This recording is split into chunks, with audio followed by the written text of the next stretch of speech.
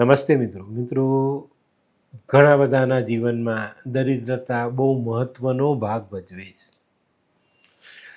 જેમ તેમ પેટનો ખાડો પૂરાય ત્યાં માંદગી દુનિયાના બીજા દુઃખોનો સામનો કરવાનો સમય આવી જાય. આવા વખતે માણસ તૂટી જાય છે. તો મિત્રો, બસ થોડા જ દિવસમાં શ્રાવણની શરૂઆત થશે. જો તમે દેવાદાર છો, કર્જ થઈ ગયું છે, પૈસા નથી, દરિદ્રતા ભોગવી રહ્યા છો, તો શ્રાવણના મંગળવારે કાચું દૂધમાં એક ચમચી મધ ભેળવી અને આ દૂધથી ભગવાન શિવનો અભિષેક કરજો અને ભગવાન શિવને મા પાર્વતી પાસે માંગો કે અમારી દરિદ્રતા દૂર થાય.